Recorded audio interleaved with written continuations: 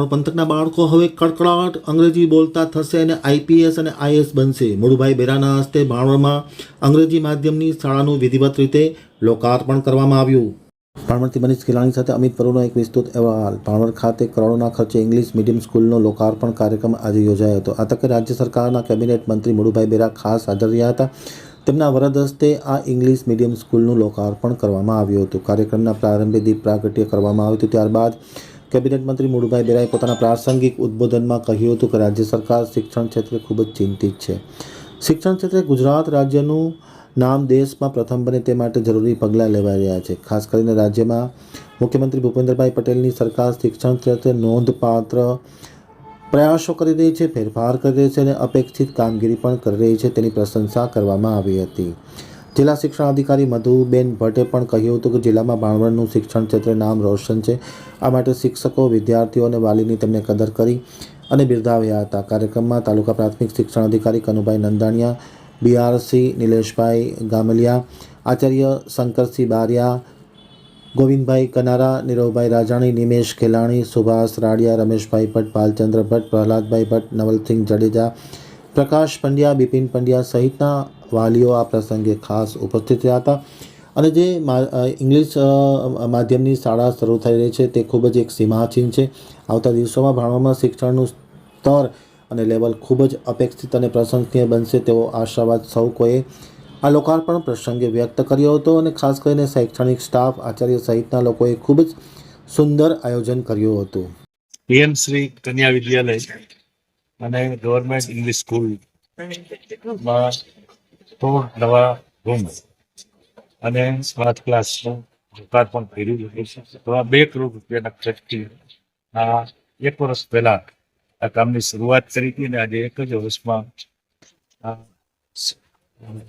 PMC કન્યા વિદ્યાલયના નૂતન ભવન તૈયાર થઈ ગયું છે.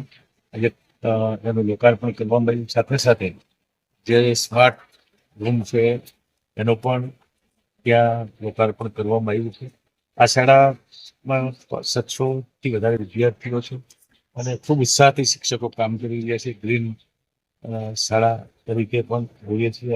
અલગ અલગ એક્ટિવિટી આ શાળામાં થાય છે અને ખૂબ ઉત્સાહપૂર્વક આજે આ શાળામાં જે વિદ્યાર્થીઓ દીકરા દીકરીઓ ભણે છે એના વાલીઓ પણ અહીંયા ઉપસ્થિત રહ્યા અને ખૂબ ઉત્સાહપૂર્ણ વાતાવરણમાં આજે પીએમ શ્રી કન્યા શાળા ભાણવડના નૂતન ભવન સરસ્વતી મંદિરનું આજે લોકાર્પણ હમણાં જ સંપન્ન કરવામાં આવ્યું છે.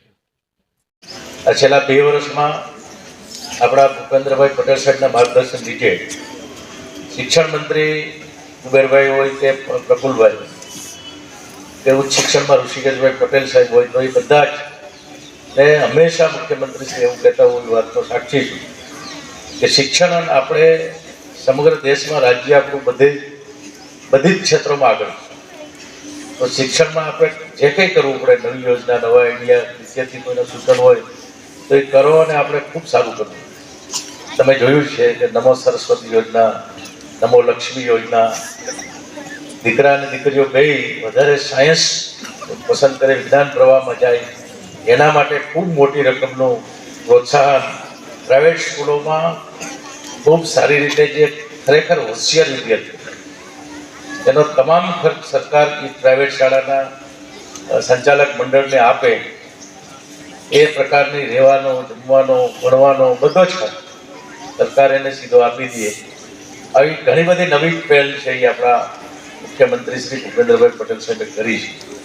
આજે અંતરિયાળ ગામો હોય, આવડું મોટું રાજ્ય 18,000 ગામ છે આપણા ગુજરાતમાં, એમાં કોઈ ગામ એવું ખાલી બાકી ન હોય કે જેમાં ઉત્તમથી ઉત્તમ પ્રકારની જે ખાસ કરીને શિક્ષણમાં પાયો છે એ પ્રાથમિક શિક્ષણ હોય, માધ્યમિક શિક્ષણ હોય, એમાં કોઈ પણ જાતની ભૌતિક સુવિધાઓ આપવામાં સરકારે ક્યાંય પીછેહટ કોઈ દિવસ કરી નથી અને કરશે નહીં.